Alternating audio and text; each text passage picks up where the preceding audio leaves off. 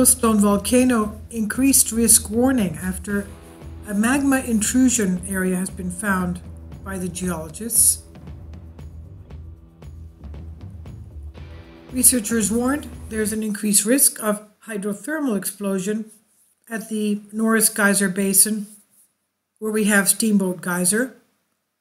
This is the tallest geyser in the world, and they pinpointed a body of magma that intruded below this Norris Geyser Basin years ago.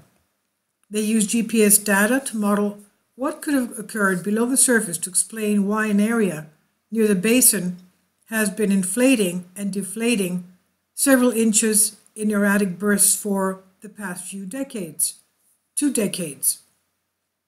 They published the Journal of Geophysical Research, their research, revealing a body of magma had intruded beneath Norris in the 90s.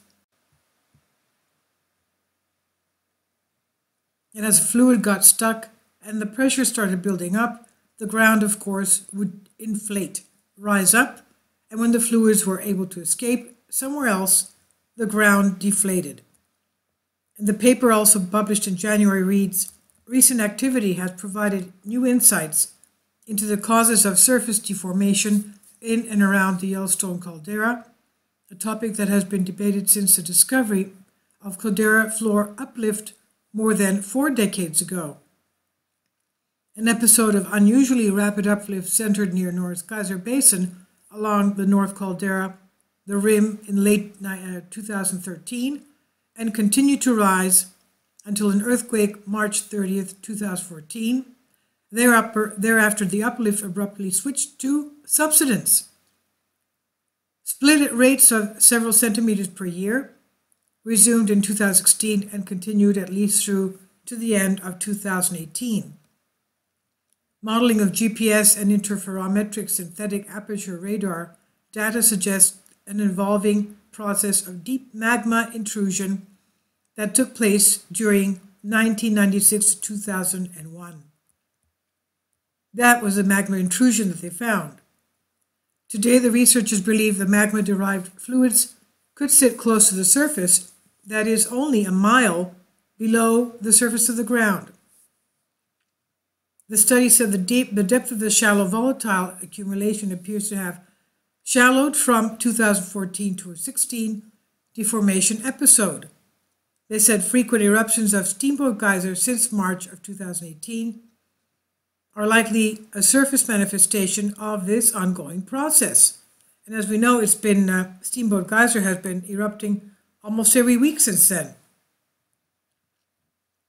Hydrothermal explosion features are prominent in the Norris Geyser Basin area, and apparent shallow nature of the volatile accumulation shows an increased risk of hydrothermal explosions. The co-author was Daniel Durizin, and he told National Geographic, "In all likelihoods, Norris Geyser has been a center of deformation for a very long time." This new research does not indicate that the supervolcano is any closer to erupting. Instead, the geologic movement could explain why the Park Steamboat Geyser, the world's tallest active geyser, has been erupting at record-breaking paces since the March 2018 period. That's because of the magma intrusion.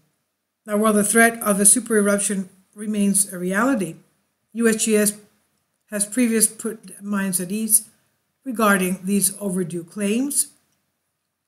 Yellowstone Volcano Observatory scientist in charge Jacob Lowenstern explained to us back in 2014. He said, when you see people claiming it's overdue, usually the numbers they come up with say the last eruption was 640,000 years ago, but it erupts every 600,000 years.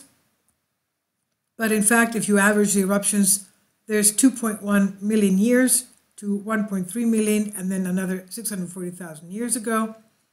And if you average out those numbers, you come up with something that's over 700,000 years. So in reality, even if you tried to make this argument, it would be overdue. It would not be overdue for another 70,000 years.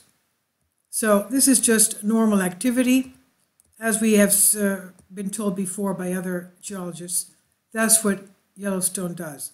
It breathes, it inflates and it deflates. It inhales and it exhales. Scientists have also made another alarming find in the lake above the supervolcano. We know that there's a lake on the southeastern part of the caldera that sits on top of the caldera, and the lava is just 3 miles under the surface. They made an alarming find in the lake that sits on top of this supervolcano. The lake is the largest body of water in Yellowstone National Park, and it covers 136 square miles, so that's how huge it is. It's one of the great interests of the United States Geological Survey as part of the supervolcano because it lies below the basin of the lake. The area caused a brief spell of concern in 2004 when the ground under the lake started to rise significantly, creating a bulge. But it was a more recent find that has alarmed the researcher. In March, the new study revealed how non-native lake trout has heavily affected animals in the park. Zooplankton, cutthroat trout, river otters, osprey, bald eagles, bears, elk are among the creatures whose numbers, diet, and behavior have been altered as a result of the presence of the invasive fish. That's what is found. An invasive fish. Scientists analyzed data spanning more than 4 decades from 1972 to 2017, and they concluded that the impact of lake trout in Yellowstone Lake, in particular the decline of native cutthroat trout, has cascaded across the lake, its tributaries, and even the surrounding ecosystem. The study was spearheaded by Lucia Tronstad from Wyoming National Diversity Database. She said, "Our study illustrates the potential impact of a single invasive predatory species on otherwise pristine ecosystems. And monitoring over the past 3 decades showed a dramatic drop in the number of native cutthroat trout that inhabit Yellowstone Lake. It's believed to have been caused by the illegal introduction in the 80s of lake trout, which prey on cutthroats and spawn at depths inaccessible to bears, birds, and other animals. And despite the cutthroat trout decline, grizzly bear abundance throughout Yellowstone National Park has remained stable." Dr. Tronstad says, "Grizzlies and black bear frequency of occurrence on spawning tributaries and use of cutthroat trout as a food source were greatly reduced following the lake trout invasion. But this was localized displacement, and their populations were not otherwise affected because only bears with home range neighboring Yellowstone Lake lost spawning cutthroat as food source. Since bears are omnivore generalists, they could make use of other foods. By 2007 and 2009, grizzly bears had shifted to alternative prey, and the proportion of cutthroat trout in their diet had declined to 0. The elk then accounted for 84% of all ungulates consumed by bears in the Yellowstone Lake area, suggesting that trout had some level of indirect negative impact on migratory elk using the area when spawning cutthroat were rare.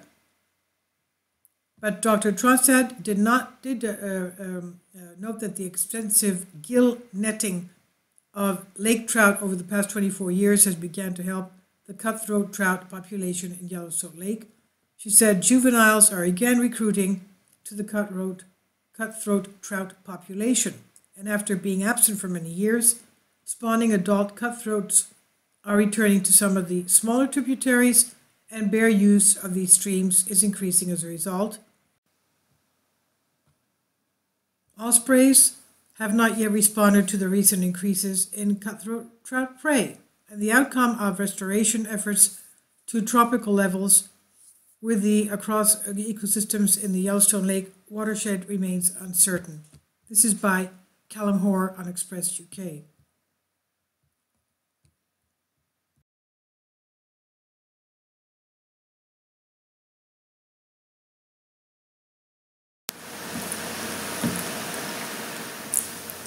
If you'd like to join me on my Patreon account, you will hear content not covered by mainstream media. These riveting stories will be based on my research, and I will state my opinions and give my personal insight on diverse and controversial subjects and world events not covered by mainstream media, and not supported by YouTube guidelines. So whatever I have on my Patreon, most of those will not be on my YouTube channel. Please consider becoming a member today. More of the most significant and important videos will be on my Patreon channel. Your support helps me to continue my research and keeps this YouTube channel alive. And we depend on your support, your generous charity, because we help economically challenged families here in Athens, Greece, in Kapota, and we also help the young generation with university tuition and the community around our church. Thank you.